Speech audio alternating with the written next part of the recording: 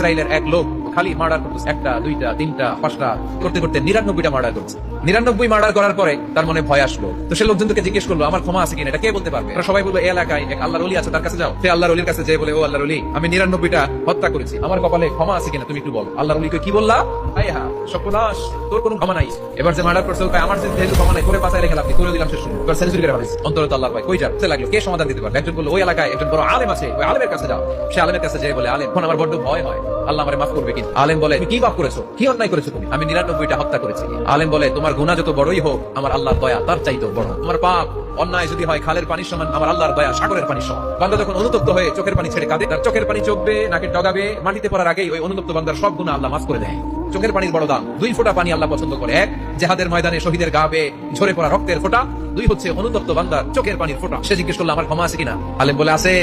সে এতটাই অনুতপ্ত হলো, সে আল্লাহর কাছে ক্ষমা চাইতে শুরু করলো। আলেম পরামর্শ দিলে, তুমি যে এলাকায় থাকো এলাকাটা ভালো না, এলাকাটা ছাড়ো, তুমি একটা ভালো এলাকায় যাও, ওখানে যে তওবা করে ভালো মানুষ হয়ে যাও। সে নিয়ত করে কাপড় চোপড় গুছিয়ে ভালো এলাকায় যাবে। ঘর থেকে বেরোয়ার সাথে সাথে রুহু কবজ করে ফেলছে, এখন রুহুকে নিয়ে যাবে। রহমতের ফেরেশতারাও আসছে, আযাবের ফেরেশতারাও। রহমতের ফেরেশতারা বলে সে তওবার নিয়ত করেছে, যদিও তওবা করতে পারে নাই, যদিও ভালো এলাকায় যেতে পারে নাই, আমরা তার রুহু নিয়ে ইল্লিনে রেখে দেব। আযাবের ফেরেশতারা বলে না না, 99টা হত্যা করার পরে আরো একটা হত্যা করে সেঞ্চুরি করেছে, এখনো তো ভালোভাবে তওবা করতে পারে নাই, তার রুহুটা নিয়ে আমরা সিজ্জিনের ভেতরে ঢুকায় দেব। 2 দল ফেরেশতার মারামারি। আল্লাহ বলেন রাখো রাখো, যেখানে মারা গিয়েছে ওখান থেকে ফিতা দিয়ে মাপতে শুরু করো। ভালো এলাকাটা যদি কাছে হয় জান্নাতের ফেরেশতারা নেবে, খারাপ এলাকা যদি কাছে হয় জাহান্নামের ফেরেশতারা নেবে। আর ভালো এলাকা তো অনেক দূর। আল্লাহ জমিনদারে আদেশ দিলেন, জমিন এই অনুতপ্ত বান্দার জন্য তুই ভালো এলাকাটা কাছে চলে আ, খারাপ এলাকা হাজার হাজার মাইল দূরে চলে যা। ফিতা দিয়ে মাপ দিয়ে দেখি ভালো এলাকাটা তো একেবারেই কাছে, খারাপ এলাকাটা অনেক দূরে। আল্লাহর ফয়সালা অনুযায়ী রহমতের ফেরেশতারা তার রূহকে নিয়ে জান্নাতের ভিতরে ঢুকিয়ে দিয়েছে। 100টা ভুল করে যদি ও মাফ পেতে পারে, আমার আল্লাহর কাছ থেকে আমরা কি ক্ষমা পেতে পারি না?